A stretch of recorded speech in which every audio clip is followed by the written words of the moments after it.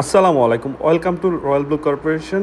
যারা ওমার লাভার আছে তাদের জন্য কিন্তু আমরা এই আপডেট ভিডিওটি নিয়ে এসেছি। আমাদের কিন্তু ওমার যতগুলো মডেল আছে বাসাবাড়িতে ব্যবহার করার জন্য সবগুলো মডেলে কিন্তু এখন অ্যাভেলেবেল আছে, যেমন 3308 ইএ ইভি এবং হচ্ছে আপনার ওমা 7418 ইএ, যেটা সবচেয়ে বেশি পছন্দের।